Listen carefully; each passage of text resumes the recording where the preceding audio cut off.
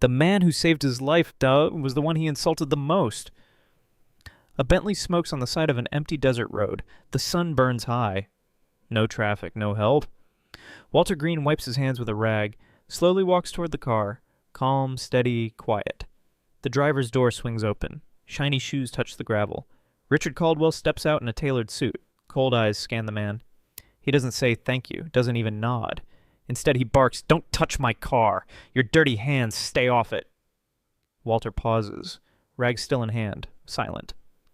Richard adds, "This car's worth more than your entire garage." The heat between them thickens. Walter glances at the engine, then looks Richard in the eyes, but he says nothing. He just stands there, still willing to help. 1 second of silence, and something unspoken begins to shift. That's the moment neither of them would ever forget. A high-rise office. Glass walls. Silence. Richard Caldwell sits behind a mahogany desk. His watch glows. His suit flawless, not a paper out of place. On the wall, awards, business covers, framed deals. But no family photos. No laughter. Just numbers. He scrolls through emails. Nothing personal. Just meetings, money, mergers. Outside, the city moves. Taxis, horns, crowds. Inside, only the sound of ticking. A bottle of scotch sits on the shelf, still half full from last night. Richard stands, walks to the window, looks down but not really seeing anything. He picks up his phone, scrolls, stops, a photo, a woman's smile, old, faded. He deletes it without a blink, then pockets the phone. The phone buzzes. Boardroom, 5 minutes. He doesn't reply, he just adjusts his cufflinks. The world knows him as powerful, but no one knows who he comes home to. Because most nights he doesn't go home at all. The garage breathes with age. Rust on the tools, dust on the shelves. Sunlight leaks through a cracked window. Walter Green moves slowly. His boots drag a bit. Every step echoes like it's been walked 1,000 times. He wipes grease off an old wrench, lines on his hands deep and quiet. In the corner, an old radio hums blues. Low volume, same station every day. He walks past the bench, then stops. There's a photo taped to the wall, yellowed at the edges. A woman smiles in it, red hair, soft eyes. Beside her, a boy, maybe 5, curly hair, big grin, mixed skin. Walter stares at it for a second. Not long, just enough. Then keeps walking. He doesn't touch it, doesn't say her name, but his eyes say it all. He still remembers. And in that silence, one thing is clear. He's fixing oars. But something else in him remains broken. Back in the car, Richard shuts the door, hard. The engine's still off. Steam fades into the heat. He exhales, frustrated, looks into the rearview mirror. Walter is still outside, leaning over the hood, calm, focused, like nothing just happened. His hands move steady. No rush, no anger, just work. Richard narrows his eyes. Why is he still helping? No cameras, no payment, no reason. Walter wipes sweat from his brow, adjusts a valve, checks the battery. Richard watches. There's a pause in him. Not guilt, not quite, just something unfamiliar, something that doesn't fit his world of cold deals and clean suits. He glances at his phone. Signal none. Back to the mirror. Walter's still working, hands black with grease, eyes calm, still here, still helping. Richard taps the steering wheel once. No rhythm, just thought. He didn't ask for help, but maybe he needs it more than he knows. Walter leans in closer, his hands steady over the engine. No tools yet, just touch. He brushes away dust from a silver plate near the hood latch. His fingers pause. His eyes rest on the emblem, Bentley. His stare lingers, too long for just curiosity. Not envy, not pride, recognition. Like he's seen it before. Like it means something more. He steps back slightly, looks at the curve of the front grille, the worn edge of the headlight glass, then exhales. He picks up a wrench, checks it, tightens his grip. His face stays quiet, but something shifts behind his eyes. A memory, maybe. Not loud, just present. He begins working, focused, gentle, like he's fixing something more than just metal. Richard watches from the mirror, still. Walter doesn't look up, but before he closes the hood, he presses one hand flat on the frame. 1 second. Not fixing a car, remembering one. The hood shuts with a soft thud. Walter steps back, wiping his hands. No words. Richard steps out. He doesn't ask, just checks the dashboard, glances at the engine light, all clear. Walter nods once, calm, still offering quiet thanks with his eyes. Richard doesn't return it. Instead, he pulls out a money clip, peels off 2 crisp bills. Flick. He tosses them to the dirt. They land near Walter's boots. That should cover your time, Richard says, already turning away. No handshake, no eye contact, just gravel crunching under leather shoes. Walter doesn't bend down. He stares at the bills, then at the back of the man walking away. No anger, no reaction, but the moment lingers, thick, heavy. Richard opens his door, pauses for half a breath, then drives. Dust kicks up behind him, swallowing the garage in beige. But the storm hasn't hit yet, and something bigger is already on its way. The Bentley rolls back onto the road. Smooth at first, Richard grips the wheel, tight, jaw clenched. The desert heat presses through the glass. His breath quickens. He blinks, once, then again. Sweat gathers at his temple. His hand trembles just slightly. He shakes it off, keeps driving. Then, a sharp pain, left side deep. He gasps. Eyes widen, steering wheel jerks. The car swerves, rolls over a patch of gravel. Tires squeal. The nose clips a faded metal sign. The engine stalls. Richard clutches his chest. One hand grabs the door handle. The other shakes, reaching. But his knees buckle as he steps out. He collapses. Face against the hot ground. Glasses cracked. Suit dusted. His chest rises, but weak. Erratic. Behind him, the wind carries the faint hum of a radio. And from across the dirt road, Walter hears the silence. And silence always means something's wrong. Walter sees the body on the ground. No movement, no voice. Just dust swirling over him. He runs. Drops to his knees. Checks the pulse. Weak. Breathing. Shallow. Without pause, he tilts Richard's head back. Starts compressions. Counted. Sharp. Focused. 1, 2, 3. Walter's hands press steady. His face tight. Eyes locked on a man who just insulted him minutes ago. But his voice, low, shaky, breaks through the silence. Not again. Not another one. He breathes into Richard's mouth. Then again. Then presses harder. Come on, don't do this. His forehead leans close. He whispers, not again. I couldn't save him. But I'll save you. The wind howls across the road. Walter doesn't stop, hands working, sweat dripping. This isn't just rescue, it's redemption. From something he's never said out loud. Somewhere deep inside, he's not just saving a man. He's fighting to forgive himself. Light flickers, dim, yellow. Not hospital white. Richard blinks slowly, breath shallow. He's lying on an old leather couch, a blanket over him, scratchy wool. Smells like oil and metal. The ceiling fan spins with a soft click. It's warm. Still. He tries to sit up, winces, chest tight, head heavy. The walls are lined with tools, shelves of bolts and faded manuals. A workbench sits under the window. Sunlight hits it just right. He hears water running. Then a voice, low, calm. You're lucky. If I hadn't pulled you out. Richard turns his head. Walter stands in the doorway, a wet cloth in his hand. He doesn't smile, he doesn't gloat. He just watches. Richard scans the room again, notices a photo tacked to the wall, blurry from here. His eyes narrow, unsettled. This place isn't just a garage. And this man? He's not done with him yet. Richard shifts on the couch, pain still in his ribs. Walter sets the wet cloth on the table. Quiet hands, careful movement. Richard's voice breaks the silence. Who gave you the right to bring me here? His tone isn't loud, but sharp, measured. Walter doesn't flinch. He just meets his eyes. You passed out in the dirt. I wasn't going to leave you there.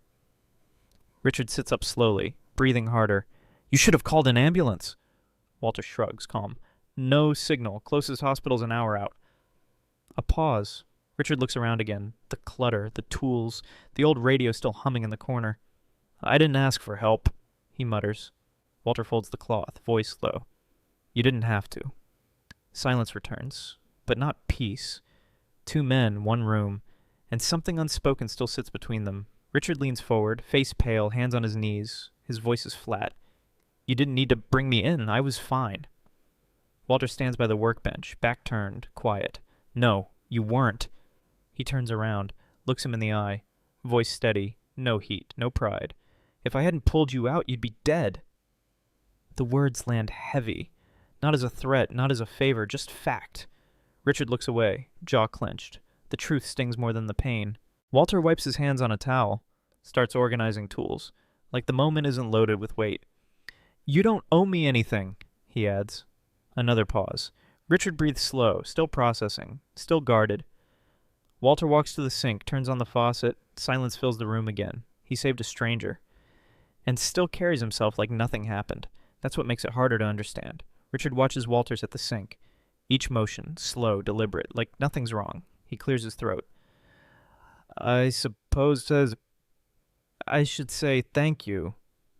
The words come out stiff, almost foreign in his mouth. Walter doesn't turn. You don't have to. Richard shifts on the couch, annoyed by the calm, annoyed by himself. Still, I'm alive, so thanks. His tone carries resistance. Like the gratitude cost him something. Walter dries his hands, finally turns.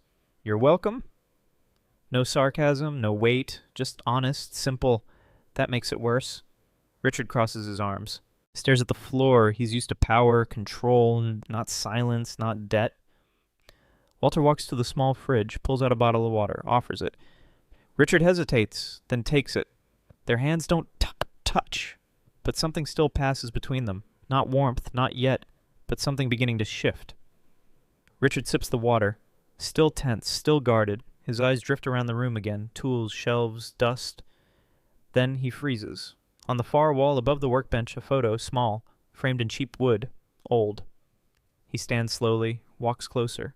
The woman in the photo, red hair, soft eyes, unmistakable smile, Evelyn. Next to her, a boy, 5, maybe 6, mixed skin, curly hair, same eyes. Something sharp stirs in his chest. Recognition. And something colder. He reaches toward it. Doesn't touch the frame. Just stares. His voice comes out low. Where did you get this? Walter doesn't answer right away. Richard's hand drops to his side. Fist tight, face unreadable. He turns slightly. That's my mother. Silence. A long, heavy pause. One photo, one look, and the ground beneath him just shifted. Richard reaches for the frame. His fingers hover, then grip it. Carefully, like it might burn. The glass shakes slightly in his hand. He stares at the image. Not just his mother, Evelyn, but that boy beside her. A boy he doesn't recognize, but somehow feels familiar. His voice drops, tighter now. Why do you have this? No answer. He turns toward Walter. Where did you get it? Still nothing. Richard steps forward, holds up the frame. This is my mother, Evelyn Morgan. How do you have this in your shop? His breath hitches. Who's the boy? Walter stands still, not avoiding, not approaching. Richard's knuckles whiten on the wood frame. Answer me. His voice cracks now, not loud, just broken. A moment stretches between them. The truth is coming, and part of him already knows. He's not ready for it. Walter doesn't speak right away. His eyes drop to the floor, then back to the photo in Richard's hand. He takes a step back, one breath, then another. I knew her. The words land soft, measured. Richard doesn't move, just stares, waiting. A long time ago, Walter adds. His voice is low, flat, not hiding, but careful. She used to come by here, before the shop looked like this. Richard's grip tightens. You're saying she came here? Why? When? Walter leans against the counter, quiet, still holding something back. We were close. Once, that's all. Richard scoffs, shakes his head. Close? What does that even mean? Silence again. Walter doesn't answer, doesn't defend, just lets the weight hang there. The air feels heavier now, like the past is walking back in without knocking. Whatever this is deeper than Richard thought, and is just starting to surface. Walter's eyes drift past Richard, not to the photo, but beyond it, to a time long buried. His voice softens, almost a whisper. She used to laugh, right here in this room. Sat on that bench, always brought tea she didn't know how to make. He half smiles, just once. Evelyn was brave, but the world around her wasn't. Richard doesn't interrupt. Walter keeps going, slower now, careful. Her father found out, said she had to choose. He didn't want her seen with me, not in this town. One breath. She cried the last time I saw her, said she was leaving, and she had to do it alone. Richard swallows hard. The words sit heavy in his chest. Why didn't you stop her? Walter looks him in the eyes, because loving her wasn't enough to protect her. And in that one sentence, years of silence finally made a sound. The room feels smaller now, like something sacred just got cracked open. Richard doesn't sit, doesn't speak at first, his hand still holding the photo, trembling slightly. She left, and you never saw her again? Walter nods once, quiet. Eyes steady. She was already showing, just a little, I knew. Richard's breath catches. His voice drops. Showing what? But he already knows. The question was for time, for air. Walter answers anyway. She was pregnant, and they didn't want me to be part of it. Silence. Richard's mouth opens, but Nothing comes out at first, then finally, so you're saying you're my... He doesn't finish. Can't. Walter doesn't move, doesn't blink, but he nods. Just once. Slow, heavy. Richard steps back, photo still in hand, everything in him shaking. The man he insulted is the man he's been missing his whole life. The air is still, like time paused. Richard stands frozen. Photo in one hand, chest rising fast. Walter's voice is steady, barely above a whisper. I'm your father, Richard. No echo, no dramatics, just truth. Raw, quiet, final. Richard takes a step back, almost stumbles. He looks down at the photo, then up again. No, that's not... That can't be. Dan. Walter doesn't move. I never stopped thinking about you, not one day. Richard's throat tightens. His eyes blink fast, like trying to push it all back. You let her leave? You let her raise me alone. Walter nods slowly. I didn't have a choice, but I prayed. That maybe one day I'd get 5 minutes, and now you're here. Richard lowers the photo. His hand drops to his side. You're my father. The words leave his mouth, but his heart hasn't caught up yet. Richard's jaw tightens. His hand clenches the photo, crumpling the corner. You don't get to say that. Not now. Not like this. Walter stays silent, calm, still standing in the same spot. Richard's voice rises, sharp, broken. You watched me grow up from a distance, then show up like this, like it means something. He paces, one step, then another, breathing fast. I didn't ask for any of this. You think you can just say it and I'll be fine? Walter doesn't argue, just lets him speak. That only makes Richard angrier. You should have stayed gone, like. He turns, walks toward the door, fast. Walter finally speaks, voice soft. I never left. They just never let me near you. Richard opens the door without answering, doesn't look back. The sunlight outside hits his face. But inside, everything just got darker. The car door slams, engine roars. Richard grips the wheel, drives fast, dust rising behind him, but his hands shake. Vision blurs, not from the sun, from something heavier. He blinks. A flash. Age 10. School play. Every other kid had someone in the front row. He had an empty chair. Another flash. Age 16. First fight. No one to talk to, no one to tell him he was still enough. His chest tightens, not from anger this time, from ache. He slows the car. Gravel crunches under the tires. The desert road stretches out. Empty. Still, quiet. Richard pulls over, breathes hard, then turns the key. Puts the car in reverse. He doesn't speak, doesn't look at his phone, just drives back. The same road. But not the same man. He didn't believe Walter, but he couldn't ignore the part of him that wanted to. The garage door creaks open. Richard steps in, slower this time. Walter looks up from the workbench. No surprise, no smile, just waiting. Richard stands still, then speaks, voice tight. Why didn't you come for me? The words land heavy. He's not yelling now. He's just asking. Walter sets down a wrench, wipes his hands. I wanted to. Richard doesn't blink. Then why didn't you? Walter exhales, shoulders low. Your mother said I couldn't. Said her family would erase me if I tried. A pause. And back then, they could. Richard shakes his head, slow. You still could have tried. Walter nods, pain in his eyes. I wrote letters every year, but I never knew where to send them. Silence again. Richard looks down, voice softer. I used to think he just didn't care. Now he's face to face with the man. And it hurts even more that maybe he did. Walter stays seated, voice low, eyes fixed on nothing. She asked me to disappear, said it would protect you, protect herself. Richard doesn't interrupt this time. I didn't agree, but she begged, said her father would ruin both our lives if he knew. He pauses, swallows hard. So I let her go. The words sound like they've been sitting in his throat for decades. She made me promise not to follow. Said if I ever loved her, I'd keep it quiet. Richard clenches his jaw, but stays still. I stayed close, though. Not enough to be seen, but close enough to hope. Walter's eyes lift. You were in the same town once. At 10. I watched you play baseball from behind a fence. A breath. I wanted to yell your name, but I kept my word. He wasn't absent by choice. He was erased by silence. And he lived with that every day. Richard doesn't speak. He stands still, arms loose at his sides, eyes fixed on the floor. The silence stretches, but it's no longer cold. It's weight. His chest rises, shaky. He opens his mouth, but closes it again. No words come. His fingers curl, then loosen. A quiet tremble builds in his jaw. Then his eyes blur. One tear. No sound.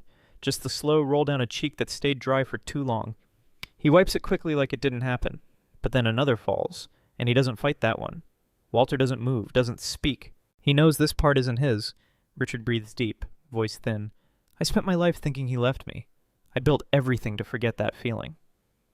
He pauses. But I still felt it every day. His shoulders drop, and in that moment, power means nothing, because every boy still needs a father. The photo still rests on the table. Edges worn, glass slightly scratched. Walter picks it up, holds it with both hands. He looks at Evelyn's face, that same smile he's carried in memory. Soft, unchanged. Richard steps closer, slowly. No rush. He stands beside him. Eyes settle on the photo, too. No words. Just two men. A shared past they never lived together, but both felt. Walter speaks first, barely a whisper. She loved you more than anything. Told me you were the one thing she never regretted. Richard nods, almost without meaning to. She never talked about you, but she always looked tired when I asked about my dad. Walter presses the frame to his chest for a second, then hands it to Richard. Their fingers touch, just briefly. Not an embrace, not forgiveness, just the beginning of something real. Walter stays quiet for a moment longer, then speaks, slow, measured. The last time I saw her. She held my hand and said, if anything ever happens, promise me you'll forgive them. Richard turns to him, eyes searching. Forgive who? Walter doesn't flinch. Her family. The ones who forced her to leave, the ones who made her choose. A pause. She didn't hate them, Richard. She pitied them. Richard looks down at the photo in his hand. His thumb brushes over her smile. She always told me to be the bigger man, even when I didn't want to be. Walter nods. That was her. Strong, but soft where it mattered. Their eyes meet, calmer now. Not everything is fixed, but something just healed. Her voice is gone, but her words are still leading them home. The photo rests quietly between them. Walter doesn't speak. His eyes stay down, shoulders still. Richard watches him, sees the years, the silence, the weight. Then, without a word, he steps forward. Arms reach out, hesitant, then sure. He pulls Walter into a slow, firm embrace. No sound, no music, just breath. Walter stiffens for a second, then lets go, lets himself lean in. Richard speaks, barely above a whisper. I forgive you. Walter closes his eyes. A quiet tear slips down. You don't have to. I know, but I want to. They stand there, father and son. Not strangers anymore, not just blood. Something more. The silence isn't heavy now. It's warm. Richard steps back, breathes deep. Let's not waste the time we've got left. Walter nods, eyes full, voice steady. No, son, we won't. This is what healing looks like. Not perfect, but real. 1 year later. The garage looks different now. Fresh paint, new roof, bright windows, but the soul's still the same. Richard steps out of a black pickup, no suit today. Just jeans, work boots, and a quiet smile. He walks past the new sign over the door. Green & Son Garage. Walter is inside, wiping down a fresh tool set. Same steady hands, same calm. Richard nods at him. Told you we'd fix this place. Walter grins. You fixed more than the building. They share a look. Not full of words. Just understanding. Inside, the radio still plays blues, but now the shelves are full. New parts, clean benches. A young man walks in with a flat tire. Nervous. Richard gestures. Bring it in. We've got time. Walter puts on his gloves, smiles. We always do now. The garage is more than a business. It's where two broken pieces built something whole. The sun hits the new sign just right. Clean wood, bold letters. Green & Son Garage. It's not fancy, but it means everything. Walter stands outside, wiping his hands on a rag. He looks up at the sign, quiet pride in his eyes. Richard joins him, hands in his pockets, calm. They both look up at the name. For a long moment, neither speaks, because the name says it all. Not just a business, not just a repair shop, but a place that was broken and made whole. You think she'd like it? Richard asks. Walter nods, eyes soft. She'd say it's about time. They both smile. No rush, no pain now, only peace. A father, a son, and a name that finally belongs to them both. Some signs sell services. This one? It tells a story. Late afternoon light spills across the shop floor. An old minivan pulls in, paint faded, back window taped. A single mom steps out, child on her hip. She looks unsure. Walter greets her with a nod. Richard grabs the tool cart without a word. No questions about money, no judgment, just help. They pop the hood. Walter hands Richard a wrench. They work in sync now, like they've done it forever. The little boy watches from the side, eyes wide. Walter catches his glance, gives a small wink. Richard offers the child a juice box from the fridge. The boy smiles, the mother holds back tears. Richard wipes grease from his hands, looks at Walter. This feels right. Walter nods. Helping someone always does. They get back to work, not for profit, but for purpose. What started as repair for a car became repair for 2 lives, and now it's spreading. The bell above the door jingles. A boy stands at the entrance, thin hoodie, no backpack, dirt on his shoes, eyes unsure. Walter looks up from the bench, sees him. The boy doesn't speak, just stands there, silent, small. Richard glances over, then back at Walter. Walter sets down his wrench, walks toward the boy, calm, stops just a few feet away, looks him in the eye. You hungry? The boy nods. Walter points to the fridge. Grab something, then stay a while. The boy hesitates. Walter adds, voice warm. I used to be you, didn't think anyone cared. He places a hand gently on the boy's shoulder. Come in, we've got work to do. Richard watches from across the room. A soft smile grows. 'Cause healing never ends. It multiplies. If this story moved you, share it. Someone out there might still be waiting to be let in.